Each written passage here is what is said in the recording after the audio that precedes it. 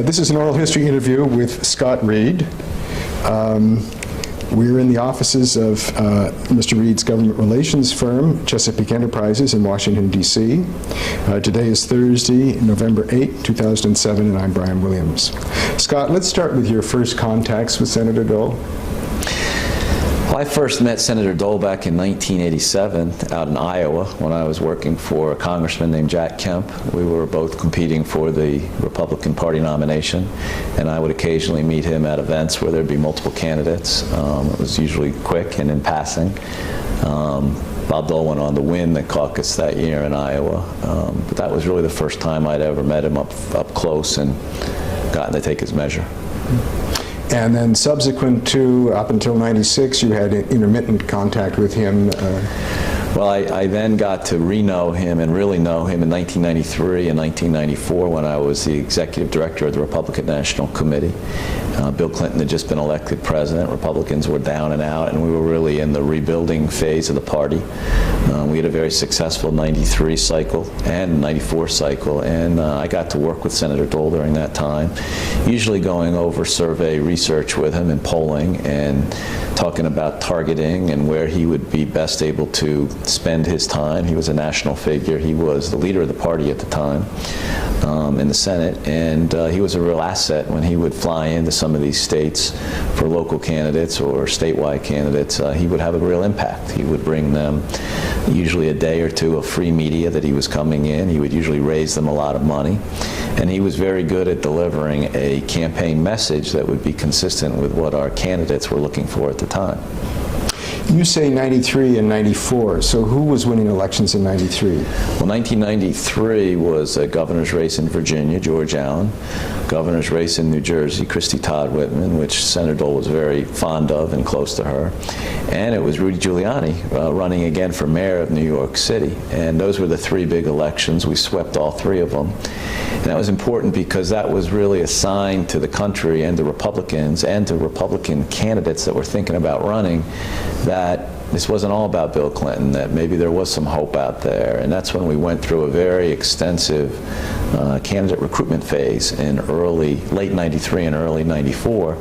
And Senator Dole was heavily involved in that as candidates would come to town for the Senate. They would go over and spend some time in the leader's office and that majestic office and see him operate, and he would encourage them to take a look at the race. He usually knew more about their state and their different counties and the results of the elections than they did, but he would encourage them to run and encourage them to get out there and work hard and raise the money and put together a campaign apparatus to try to go out and win. And your success was remarkable in those 2 years, for sure. Well, those were 2 amazing years in that we didn't lose any elections. We won everything. We weren't doing everything right, but what was amazing about that period was we weren't a party that was just against Bill Clinton, but we actually worked to have a positive alternative to Bill Clinton, and that was a turning point in politics, in that we talked about the Contract with America, which was a list of ideas, and we would encourage candidates to just pick a few of them. You didn't have to be for all of them, but they were all good, right of center, common sense ideas that we thought would play well around the country, and they worked, and they gave candidates the confidence. And by the way, they were backed up by the leaders, Dole in the Senate, Gingrich in the House, so candidates would read about them nationally, and they'd feel comfortable using those as issues back in their home states. Operationally, how did the RNC work? What was your role as Chief of Staff and Haley Barbour as Chair and so on? Well, I was the Executive Director of the Republican National Committee, had been hired by Haley Barbour, who was the Chairman, and he forged a very strong relationship with Senator Dole in the Senate and Newt Gingrich in the House, who was the de facto leader for the Republicans. And the three of them worked as a trifecta. They coordinated message, they coordinated the direction of the party, they coordinated the fundraising and the resources, and most importantly, they got heavily involved in targeting and candidate recruitment, because we felt if we had the money, we recruited the right candidates, and then we were able to develop a basic campaign message that everybody could embrace, that was a positive alternative to Bill Clinton and what he and Hillary were trying to do at the time, that we'd have a possible winning combination. And we started to see signs of this in '94, in April or May, when we at the National Committee, we would just start getting reams of mail from our fundraising. It wasn't the normal couple trays a day, but it was boxes. And we thought at the time there may be something going on out there at the grassroots level. There was a lot of unhappiness with Clinton, and we were fielding some candidates. We had them well financed, and most importantly, we had a campaign message. So that's when we first saw early warning signs that there may be something going on out there in the country. Spring of '94. Did you ever feel like the task that you had was overwhelming because 50 states and... Not really. My task at the time was to try to help train party operatives, raise money. Sometimes I thought I was really a money manager because we were raising money and having to allocate it properly. At the time, we probably, traditionally, the party would fund 30 or 40 House races, congressional seats, fully fund them. We ended up funding 110. I mean, it was just a remarkable difference. But we grew and we made commitments as we grew. And one thing we tried to do at that time was make commitments early and stick with them. So campaigns, there was never any gray area in our operation. It was either black and white. We told you we were in or we weren't, and we told you what we were going to do, and we did it. So campaigns could adjust, because in the past there had been oftentimes the National Party would come in at the last minute and just throw a bunch of money at a race when they didn't even know how to spend it, they couldn't spend it, and it was wasted. So we tried to learn from some of the mistakes of the past. And I'd worked at the party in the past in 2 different positions, understood how the mechanics worked, and this was a new role. So let's fast forward then to January of '95. You had already known Bill Lacey pretty well, and you and he sat down and he asked you if you were interested in running the campaign for Dole. Well, I had had a couple approaches by some of Senator Dole's friends, and I had told them that I really wasn't interested because I wasn't sure at the time it was the right thing for me to do. I did not have a close relationship with Senator Dole. Not that that was everything, but I was pretty happy where I was. We had had a successful cycle, and I actually went on a trip with a group of Republicans to Israel. I think it was an AIPAC junket where we spent 7 or 8 days driving around the country and learning.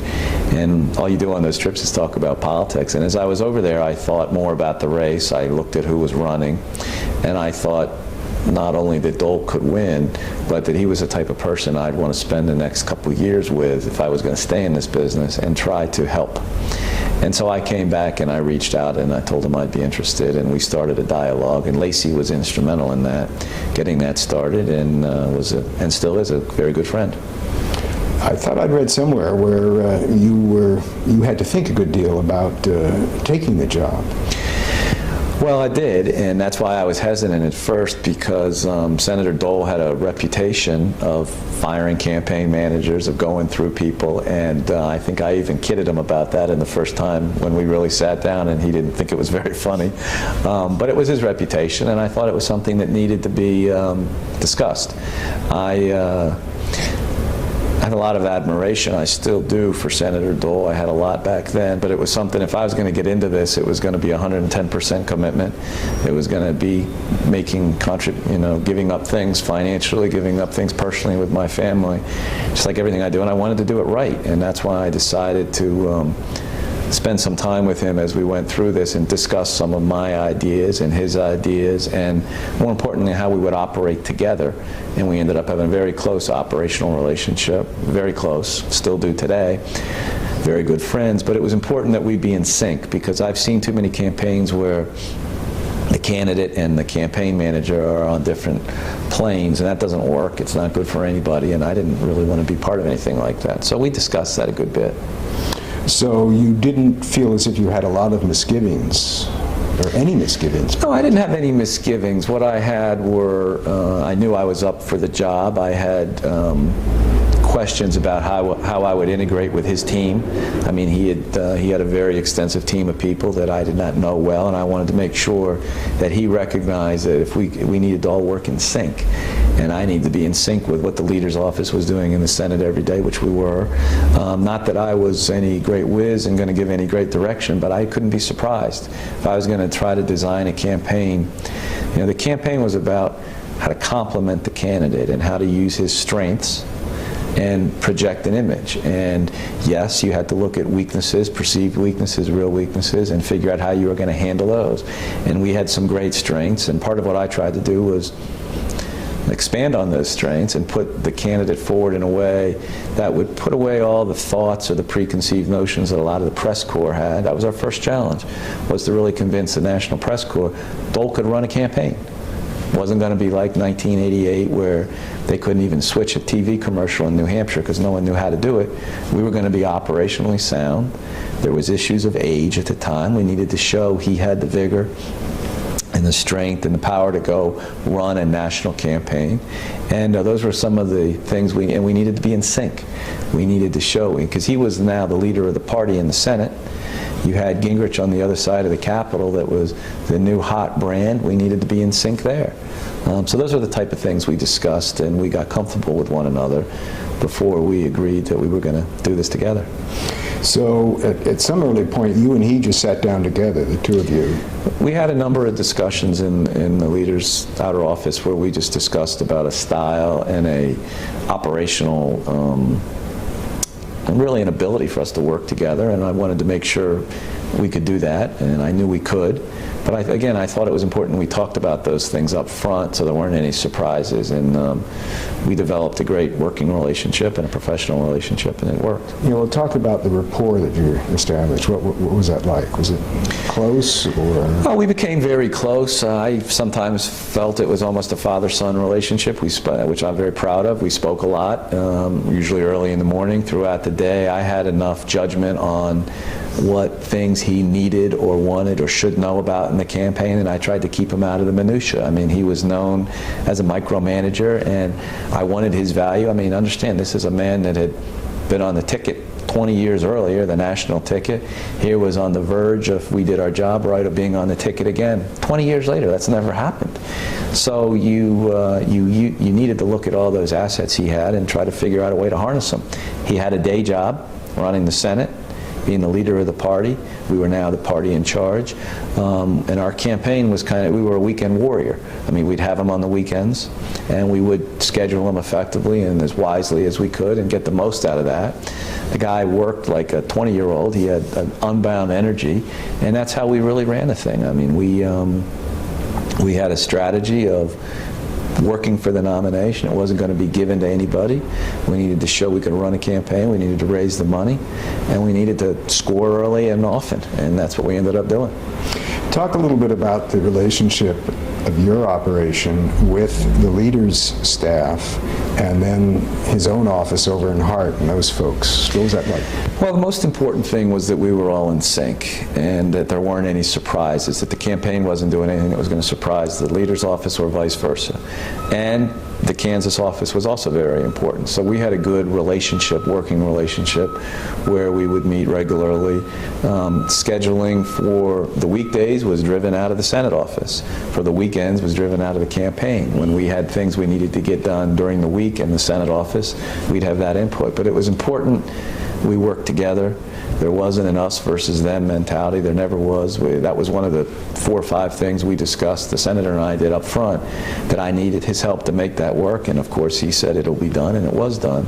But it made it a lot easier for me. I've seen a lot of campaigns that are the professional staff is different than the governing staff, and if they're not working in sync, it won't work.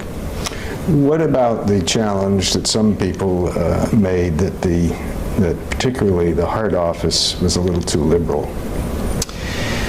Well, there was a lot of that talk, and it really didn't bother us because at the end of the day, we were focusing the campaign on the senator and what he said, and we spent a lot more time not just talking about when are we going to announce, but we actually talked about what are we going to say. And that was a change, because words matter. And when you're running for a party nomination, remember, we had just won everything in '94. The conservatives were riding high, and we needed to position him as a consistent, long-term, strong conservative that could work with Gingrich at the time and get things done. That was our challenge. Phil Gramm, the senator from Texas, that was what he was trying to do. And so we needed to be in sync. So there'd be little press snipings occasionally about people being liberals, but the truth is that that didn't bother me. It didn't affect any voters in Iowa or New Hampshire. It caused some skirmishes down in the press office, but at the end of the day, I didn't take much stock in all that kind of stuff. Do you recall the lead up to, I'm sure you do, the announcement speech where he announced and how that was going to be phrased and whatnot? And I think there was a fair amount of controversy over that. Am I right on that? No, there really wasn't on the announcement. Various versions being written by various hands and so forth? Oh, there probably was some of that. There was a lot of that at the acceptance speech. Maybe you're thinking about that out in San Diego. But the announcement was in early April. We had decided on it in January. We had picked a date. We had a lead up of things we needed to do. And we wanted to really use that as one to show the country that Bob Dole could run a campaign, to get him out there strongly on a message of good conservative principles. And three, we wanted to raise some money. And in those days, raising $1 million in a night was a big deal. It was a huge deal. It was a guaranteed front page New York Times story. Now, guys running for the House raise $1 million and no one even blinks at it. But we had some very specific goals. We did it out in Kansas. We hired some of the best advanced men that had worked for President Reagan to put this together. We were going to do it outside on the steps of the state capitol. The night before, it was lousy weather. It was raining. It was cold. So we ended up moving it indoors. You wouldn't have even noticed because it went off flawlessly. It was a huge crowd. It was a boisterous crowd. And I believe it really gave Senator Dole and Elizabeth a lot of confidence that they were on the right road, because they saw that it works, that when you plan and you have something to say with a message and you execute it well. He spent a lot of time working on his delivery of his speech, so it really looked like it came from the heart, and it was why he was running. And we could do all the theatrics. That's the easy part, and it all came together. And we had we actually had a very successful announcement week, because the way we went into that was strategically. We tried to have a standard speech with a little news every day to keep the traveling press corps interested in following it, culminating with the big fundraisers. And we ended up, I believe, raising $4 or $5 million that week. And more importantly, literally dominating the news for an entire week. It showed that Dole was here, he was running, he was serious. And again, I think it gave him a lot of confidence that, hey, this could work. We can do it this time. And that's what we set out to try to do. And it was a good, very good week. Going back to your just getting involved in the campaign, did you have a conversation with Jack Kemp about that? I told Jack what I was going to do, but I pretty much did it after I told him I was going to do it. Kemp was not going to run. We had still been friends, but I didn't. I believe I told him right before I had my final meeting with the senator that I was going to do this, and he was very supportive, because again, he hadn't decided to run, and we had all gone off and done different things in our lives and our careers.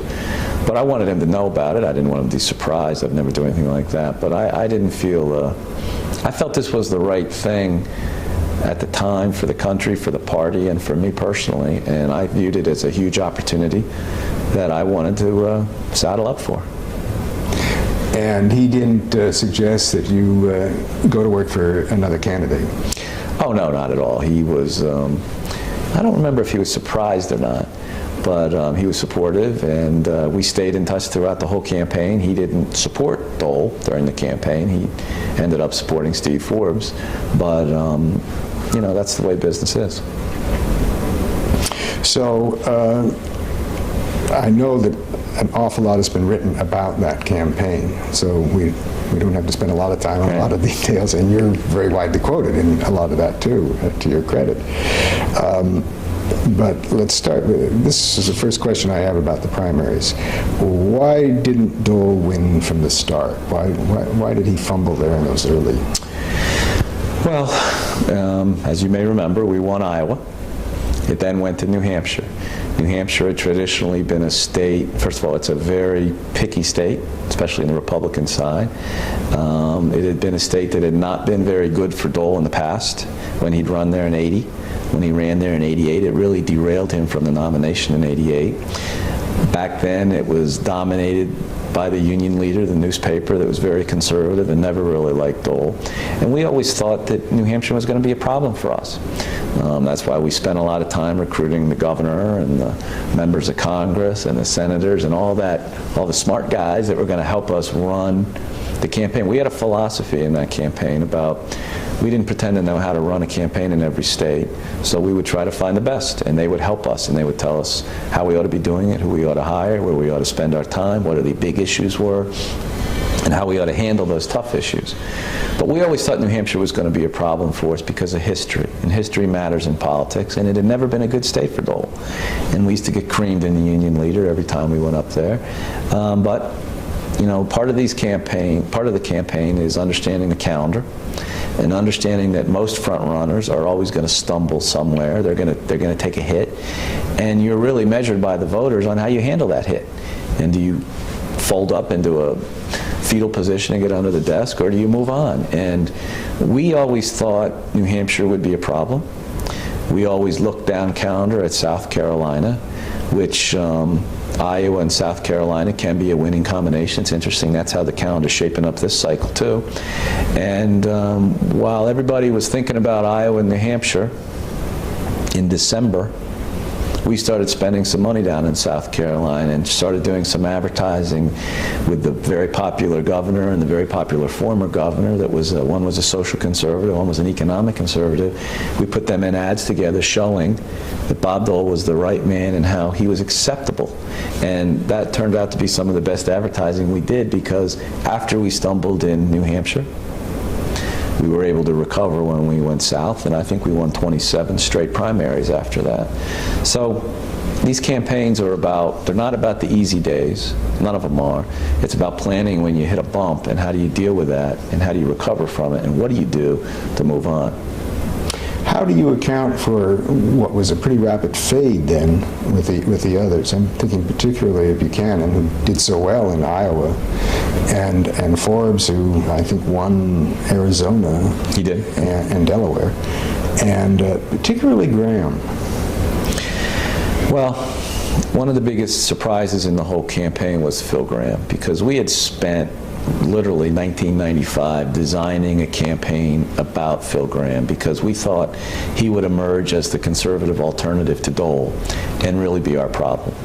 And lo and behold, Christmas Eve, as we were reviewing the data with our pollsters, Graham wasn't even on the radar screen. He was at 6 or 7%, and Steve Forbes was kind of coming over the mountaintop. Steve Forbes had kind of been a nuisance. He kind of got under Dole's skin. He had started advertising in September in Iowa and New Hampshire. It was 100% negative about Bob Dole being a bad person and a liberal and someone that couldn't be trusted, and he had all these little buzzwords. And Forbes was really causing us problems. What we saw in the data was that he had eclipsed Graham. Graham was never going to get off the ground. He had driven our negatives up some. And we made a strategic decision, fine, we're going to go for Forbes. Because the way that we looked at the campaign is you need to pick off your opponents one at a time. Graham had since picked himself off. Forbes was going to be next in our sight. We wanted to get to a one-on-one with Buchanan. And Alexander was always the guy that could be a real problem for us, because he was an acceptable moderate who had some money and had a kind of a pretty good campaign style.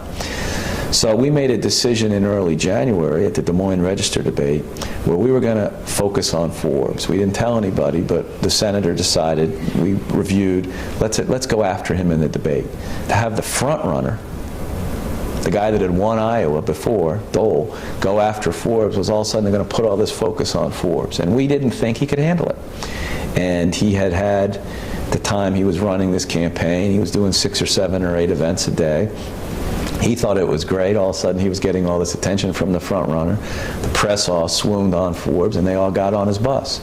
Well, within 72 hours, he started making mistakes. We never thought he could handle it anyway, and he made a couple faux pas. And you could almost see with the bright lights when they shifted to Forbes, he just melted. And he melted, and he melted, and he melted. In Iowa and New Hampshire, the early states. At the same time, Alexander was kind of left out of the fray. Graham was irrelevant. Alexander was kind of plodding along. And right after our win in Iowa, which was a win, we needed to shift our strategy and go after Alexander and brand him properly with his record when he was governor of Tennessee. Again, with the goal of you take care of Forbes, if you can take care of Alexander, you got a one-on-one with Buchanan. We thought we'd do all right in that one-on-one.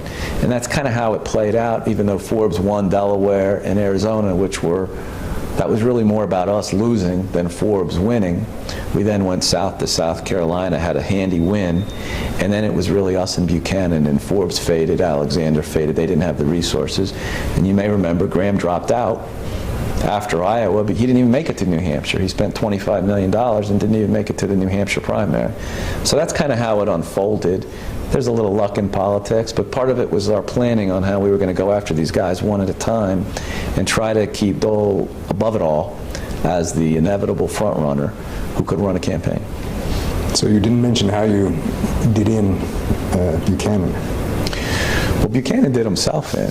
I mean, when Buchanan showed up in Arizona with a pitchfork and said the peasants were now coming over the hill, and then I think the next day he stood with a shotgun raised over his heads. I mean, he marginalized himself, and he's a great guy, but we knew at the end of the day the Republicans were going to come home to a safe guy like Bob Dole, who had been around the block a few times and not want to take a risk on Buchanan.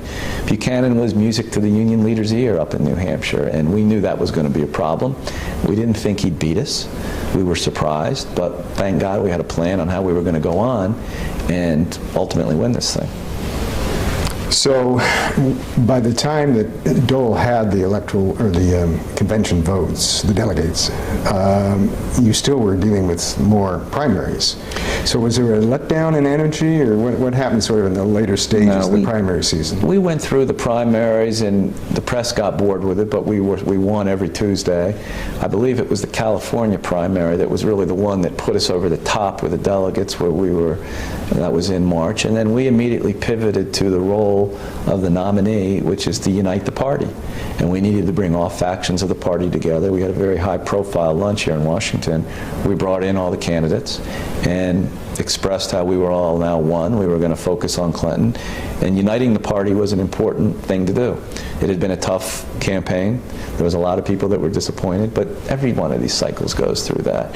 And Dole was very good at uniting the party. He'd been the party chairman, he'd been the leader, and he had just shown he can win 24, 25 straight elections, and it helped us get prepared for the general election. You're putting a very positive cast on everything here, but I do have to ask you about the Bill Lacey situation, and then what I've read, a lot of disagreement about how things are going to be run, particularly with handling the media and so forth. Can you talk about that? Well, like all campaigns, you have challenges internally on strategy and tactics and how you're going to move forward. And we had some issues internally about our media, about the type of media we were producing, about what the taste it left on a lot of people's mouth. It really didn't have a lot of wow factor, I didn't think. At the same time, we had a very condensed period of primaries that we needed to make decisions on. And probably one of my biggest mistakes was passing on the Delaware primary. I'm from Delaware. I knew that if we just landed the plane there in Wilmington, we would have dominated for a couple days. There was only going to be 5,000 or 6,000 people that voted in the primary. It was on a Saturday back then. It would have worked. And we were convinced we didn't need to. We were leading in Delaware, and when you make mistakes like that, you start to second guess your team. You start to second guess how you're operating. And most importantly, my job was to serve the candidate. And if the candidate was losing confidence in what was being done, I was going to fix it. And I did. It was a very difficult thing to do. Bill Lacey's a very good friend. It was probably the most difficult thing I've ever done in my professional career, but it had to be done. And I asked him to stay involved in a slightly different role. He didn't want to, and we parted. And we're still friends out at the Dole Institute. So who replaced him on the team? Well, we had a media team at the time, and we had a guy named Don Sipple that helped make the ads and kind of manage the advertising team. And how did relations go there with you and Don Sipple? Well, they went all right for a while. They went as well as you could. You know, once we turned the corner in South Carolina, you know, everybody was an expert. Everybody was brilliant. We were winning. So we then went through a period where Sipple did some work for the National Committee because they were able to legally spend money to help support the nominee, and he made the ads for the party. Haley was the chairman at the time. And they were biographical in nature because we recognized that, believe it or not, the country didn't really know who Bob Dole was. And Sipple did that effort, which was pretty much over the spring and the summer, right up till we got to the convention. You had some strong feelings that, no, I'm getting ahead of myself, excuse me.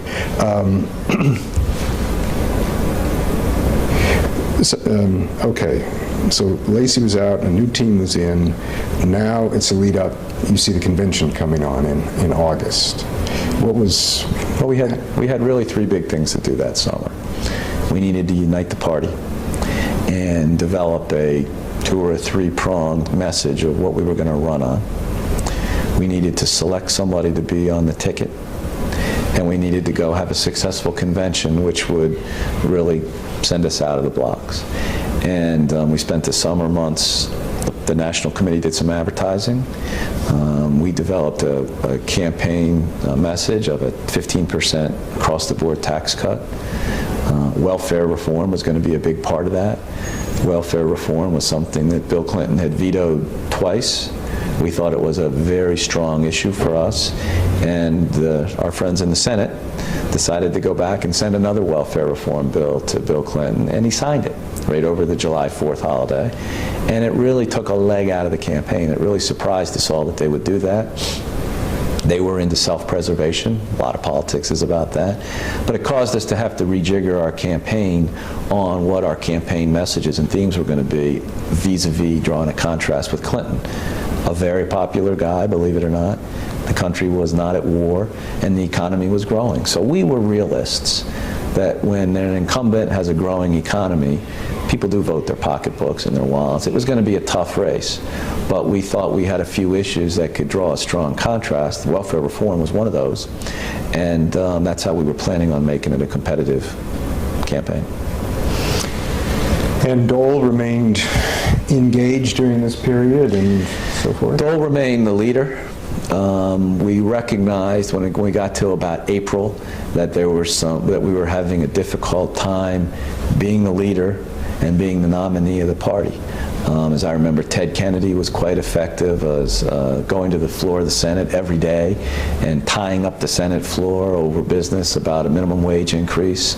And after 3 or 4 weeks of that, Dole and I both recognized this is going to be tough this way, that this isn't really the way to do this because it wasn't working. We were being poorly branded by the Democrats in some very clever ways, and we didn't think we were ever going to have the ability to get our message out of what the campaign and what Dole really wanted to do as president.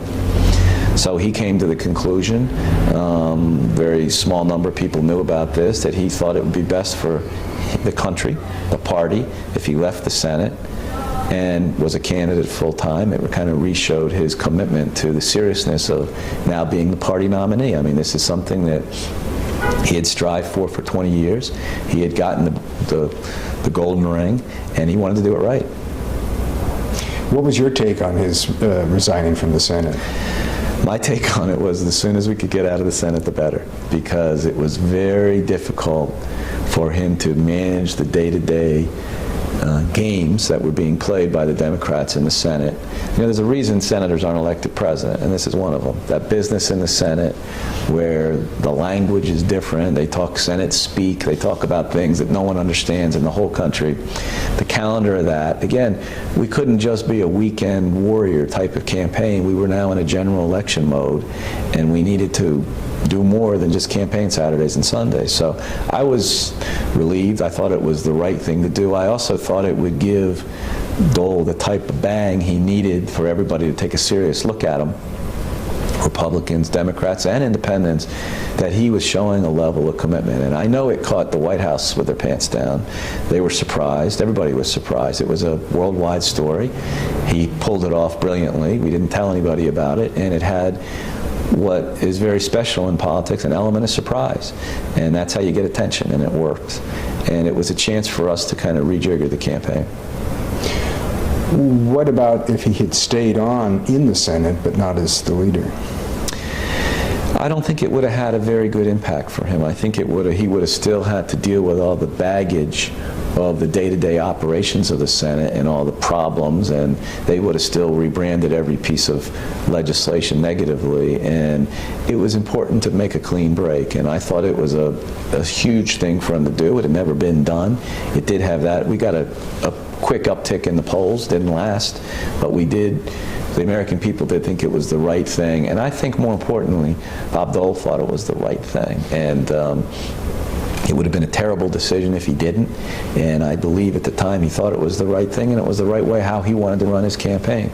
I mean, it showed a level of commitment that the American people needed to see coming out of Bob Dole. Prior to making that decision, how do you evaluate his breakdown of attention between the campaign and continuing to be in the Senate? Well, I don't know if I called it tension as much as it was reality. I mean, the Senate had day in, day out business that he oversaw that sometimes came at odds with what we were trying to do in the campaign and what he was trying to do as the leader of the party. And there was, again, history matters in this business, and there's a reason why it's very difficult for a senator to become elected president. It has different types of skill sets. It has, you know, a leader is very good at leading. He's a leader of men. He has a word that is strong with his members, but he's also very good at seeing how things are shaping up. Timing is everything, and shooting that gap at the last minute and getting your 51 or 60 votes. Being an executive takes a totally different set of skill sets, and I think that's why history shows going from the Senate to the president is a little more difficult, and we saw that during the campaign. It's different type of skill. So talk about the convention now.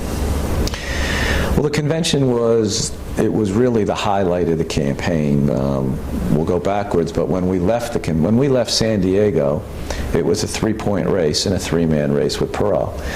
We had done what we attempted to do, was really unite the party. Again, we had an element of surprise by announcing on the eve of the convention that Jack Kemp would be the running mate. No one expected it. It wasn't where we led everybody, and we had announced in August before the convention we were going to run on this tax cut, and we needed to show the country that we were serious about that tax cut, and we thought there was no better way to do that than to bring in the granddaddy of all tax cuts, Kemp, with the Reagan-Kemp tax cuts, to brand it, and that was our goal. We were very pleased the way we rolled it out. The senator was extremely involved, and again, the element of surprise. I think he loved that part of politics. We did it out in Russell. We did it at his family home. It was a great, really week or 8 or 9 days of the campaign because we were on the offense, talking about things we wanted to talk about, not only during the convention but at the lead up, and it was actually quite exciting.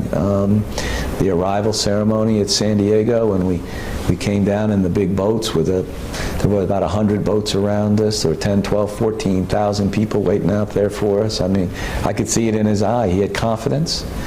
Kemp was with him. He felt good about the choice on Kemp at the time, and he was well received. I mean, that was the arrival, and it really set the tone for the whole week, and that was a fantastic week. What role did you play in the selection of Kemp? Well, I was pretty involved in it, as you can imagine, because I had a relationship with Kemp from working for him years ago, and as we went through the normal process of the vetting of the other men we were looking at, I was heavily involved in that and did a lot of the shuttle diplomacy, and it was about a week or maybe 10 days out where the senator mentioned to me, maybe we ought to take a look at the quarterback.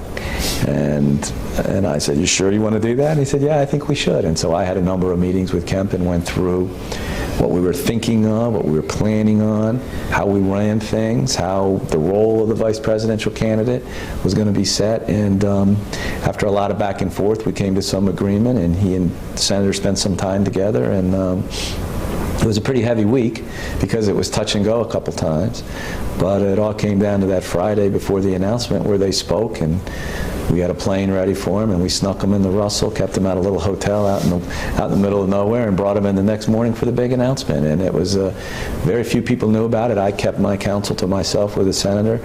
I had everybody confused. We had different planes meeting different people. Nobody really knew where we were going, but it was an incredible time again because I thought it was what was important for Dole. It gave him the confidence in where he was going. It was his ultimate decision, but it's what he wanted to do, and my job was to execute it as well as I could with his direction. When did Ellsworth and McLaughlin, the sort of vetting team, or at least the team that was looking into potential vice presidential candidate, when did they become aware that Kemp was selected? Oh, I think they may have become aware about the night before he was selected, if not the minute before he was selected. I mean, they were a great part of our team. They did a fabulous job of vetting everybody. You know, it takes lawyers and accountants, and there's a lot of work. But I think Senator and I knew if we were going to pull a rabbit out of the hat, it needed to be kept quietly, and and they were part of it at the last minute. They were very supportive of it. Again, as people that were involved in this, and this is a big decision for a campaign. Every campaign goes for it. It's really the first major decision the candidate makes, and it has to be done right because it reflects on the candidate big time. We had to go through the right type of process, and we just weren't happy with where we were. We didn't think it had the oomph, and we envisioned that arrival ceremony in San Diego where you had 12, 14,000 people outside screaming, excited to see Dole and excited to see his running mate. And every time we put the other faces in that picture, we just didn't get that excitement. So we thought it was the right type of combination. Again, had an element of surprise. Again, reinforced our issue that we were going to run on. And also, we thought it'd be something that could help us win. What about the acceptance speech? Well, the acceptance speech turned out to be, and I think many in the press would go back and tell you, it was probably Dole's best speech he ever gave in his career. He put a lot of time into it. He put a lot of practice into it. He had actually gotten very good at delivering a speech by that part of the campaign. Dole was a student of radio, let's face it, and he didn't, until later in life, fully understand and appreciate how television mattered and how that confidence came across over the television screen really made you likable. And he learned that as the campaign went on. And by the time he got to San Diego, he was ready. He had put the time into it.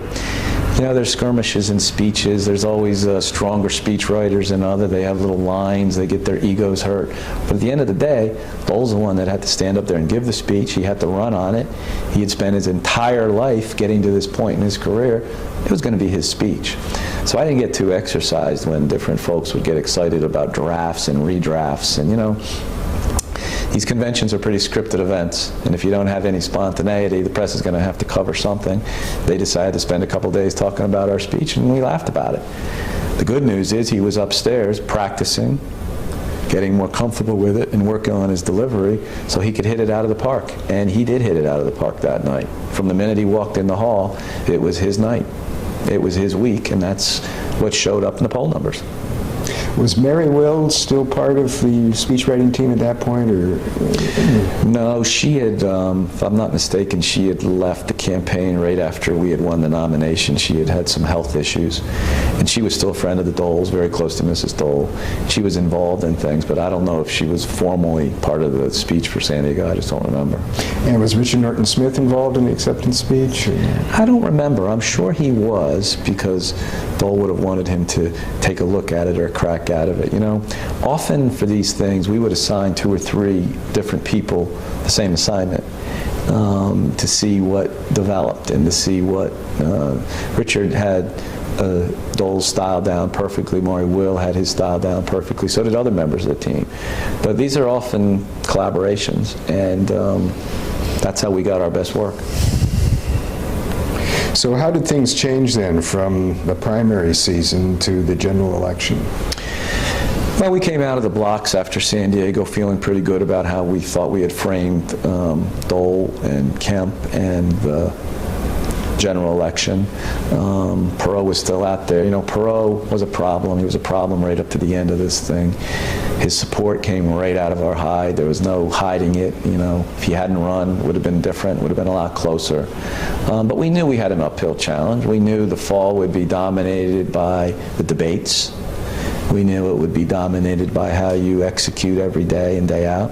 And we also knew it would be dominated by how the Republicans in Congress would act. I mean, they had now taken over. We had gone through the whole government shutdown escapade, which was just a killer for our campaign. I mean, Dole used to go to these meetings with these guys. What's our end game, fellas? What's our end game? They'd all look at their loafers and pretend they didn't hear them. They didn't have an end game, and it showed they didn't have an end game. And you follow the polling, that was a major turning point for us, for the party, for everybody. So the Congress was also an important part of this thing. But we went about trying to execute on a day-in, day-out basis, create excitement. We knew the debates were going to be important. That's where, you know, when the man was standing on the stage with the man, we didn't want Perot in the debates. That was something we went to the mat for. He resented it, but such is life. If he was in the debates, he could have caught fire, and we weren't going to take that risk. What kind of preparation did Dole have for the debates? Well, we had a normal prep process of a few weeks out, once we decided on what the debate schedule was going to be, of issues, of possible tactical ideas. We had practice sessions. We had Fred Thompson, senator from Tennessee, play Bill Clinton in the debates. He did a great job. We had some of these practice sessions off-site where we could kind of get away from everything. But Dole put the time into the debate. Look, we knew we were going up against the master. Everybody knew that. We were never going to outmaster Bill Clinton on the feeling your pain and the likability factor. So we were going to go at it on an ideological basis on the campaign and do the best we could, and we did. I think in retrospect, all the reviews of the two debates, Dole did very well. He held his own. He didn't make any mistakes. He wasn't nervous. He knew how important they were. He knew they were going to be probably the deciding factor. But I don't have any regret about how we went about that at all. What about Gingrich during the lead up to the general election? Well, after we won the nomination, Gingrich was for us. He was always for us. No, he was very supportive of Dole. He didn't need to take a role in the primary. We didn't expect him to. We didn't want him to be quite honest. But he was part of our campaign team. Look, the government shutdown was a disaster. It hurt Newt. It knocked Newt off his game. He lost his confidence. We lost our confidence in Newt for walking us into the pit. But it was reality. And Newt was part of our campaign team, just like Haley Barbour was at the National Committee, just like Trent Lott was, who was now the Senate leader, who would replace Dole. I mean, we worked as a team. We talked in the mornings. John Engler was part of it, the governor of Michigan. He kind of represented the governors. And we worked as united as we could on how we were going to take it to Clinton. What issues we were going to talk about and how we were going to run the campaign.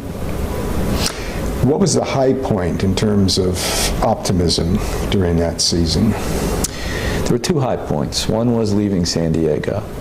We thought Dole had really hit it out of the park with his speech. Millions of people had tuned in. The polls backed it up. We felt good about things. We also felt good with about 2 weeks to go before Election Day. It had been a long fall. We had been consistently trailing. The debates really hadn't shaken up the campaign at all, for good or bad. It was just kind of purring along. Our advertising was okay. It wasn't great. We didn't really have any big wow commercials out there. No one really wasn't catching anybody's attention. But when a lot of the negative research appeared on Clinton and the Chinese infiltration of money to the campaign and all those pictures of the Chinese coffees and all that kind of stuff, that really caught the Americans' eyes. And we saw a shift in public opinion. We saw a new shift to look at us. We thought there was something there, and the American people thought there was something there because they couldn't believe this, that there had been this type of seedy behavior with the Lincoln bedrooms and all the money and all that kind of stuff. Now, today you look back, that's nickels compared to what's in the business today, but that was really the first time money had infiltrated at that level.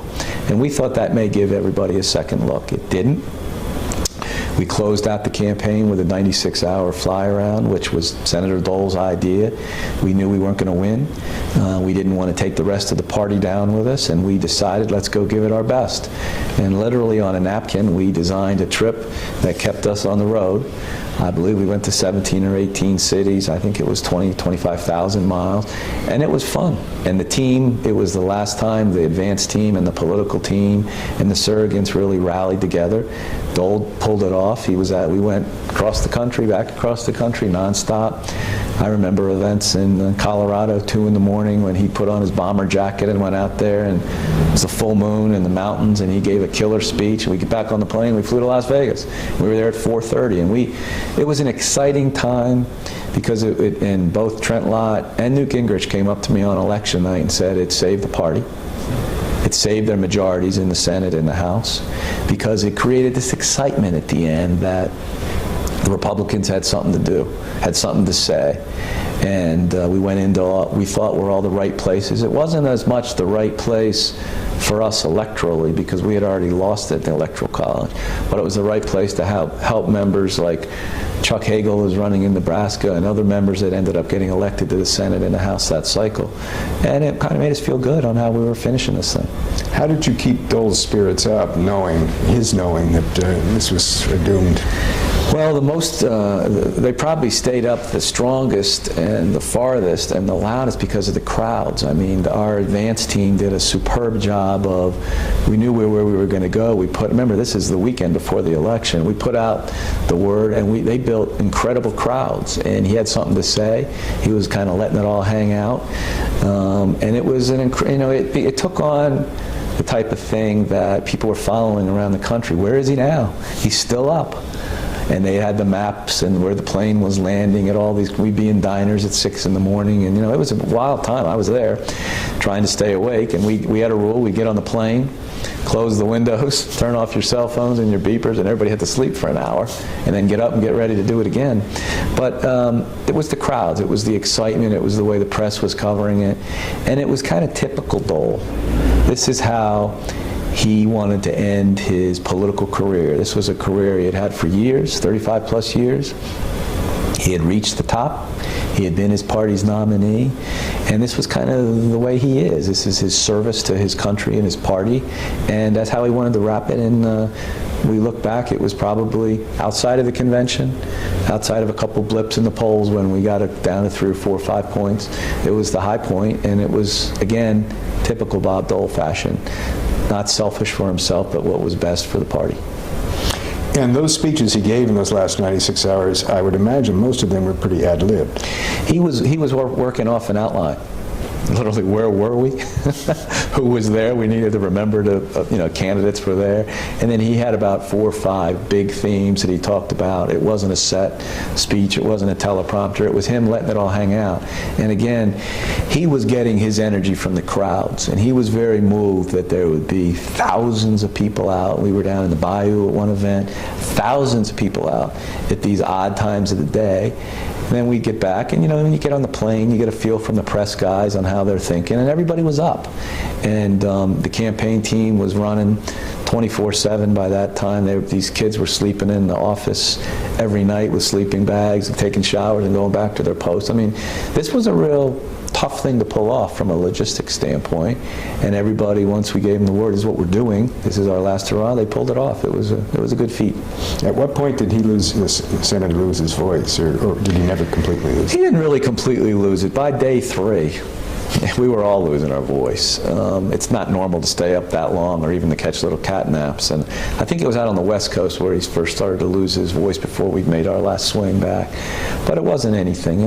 We had lemon hot water on the plane, and we knew what we were doing in that sense. But it was, again, even the losing of the voice is part of the Dole mantra of the sacrifice he's made to his country, to his state, to his party.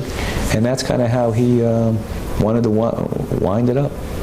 So from your reading to the press, they weren't really just talking about this as a desperation move. They were putting a more positive spin on it? Well, when we first announced it, they did a little bit of desperation move. Let's face it, what were we going to do? Sit around all weekend and talk about how we were going to lose? I mean, we needed to do something. We needed to be campaigning somewhere. And by taking on such an a huge exercise of going nonstop, flawlessly to all these 18 cities or whatever it was, and having people show up and be there, they started to learn some respect for. After the first couple events, it was like, wow.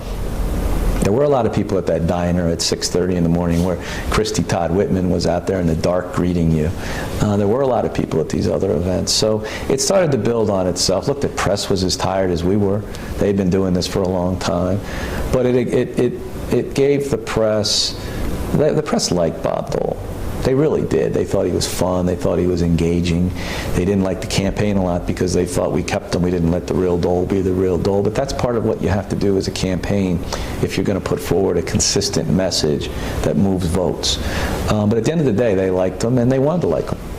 Do you think his run for the presidency in '96 helped or hurt his legacy? Oh, I think it helped his legacy incredibly. First of all, this was a brass ring he had been going for 20 years. He got it. It showed the country. He got 47, 48 million votes. I mean, it wasn't a small amount of votes. They had 40 million people watching him in those debates. They got to see the man. They got to see his life story. They got to see how he fought back from a terrible tragedy and served his country well. So I think it was kind of typical Dole. It showed, it strengthened him. And look, he's gone on to have a wildly successful career. He's done very well. He's a serious guy. He does serious work for people every day. He's taken on some projects for the presidents and some worldwide events. He took on some projects after 9/11, raised $100 million for the widows and the orphans. I mean, he continues to have an impact on this country, and he probably will right till the day he dies. If you could go back and talk to yourself in January of '95 from the perspective of what you know now, what advice would you have given yourself? Oh, I still would have done it. I still would have worked to have that strong relationship with Dole that I did develop, and I still have today. I probably would have brought in a few more wise men to be around because there were times when things got tough and I could have used some more help and advisors. But I don't have a lot of regrets about this, and I didn't lay awake a lot after the election was over. I thought we'd given it our best shot. We hadn't made many mistakes. We had some unlucky draws. Again, anytime you're running against an incumbent where there's peace and prosperity, it's tough to knock him off his seat. But I don't have many regrets about things we did. I probably would have had a broader team of people. I would have tried to include more people. But, you know, part of the way I ran the campaign was the way Senator Dole wanted me to run the campaign. And we had a tight group. We were a tight group. Who had the most access to Senator Dole during the campaign? Probably Elizabeth Dole. I don't know. I talked to him a lot. He was not somebody that I spent a lot of time channeling or cutting off access. You know, he knew how this game played, and he played it at the highest levels of the game. He spoke to who he wanted to speak to. He spoke to his colleagues in the Senate. He spoke to some governors. We probably used, back then, governors were really the backbone of the party. We were the majority with the governors. They were developing all these new ideas. They were the real incubator of ideas. A lot of ideas we stole nationally. So he was talking to them. He talked to members of the team, but he would reach down and talk to the advanced men every once in a while. You know, why are we going to Des Moines? What are we doing there? They'd be a little shocked when they'd be on the phone, but that was fine. Good. Anything else you'd like to say in this No, I think record? you've taken me down memory lane. I've about had enough. Great. Thanks very much.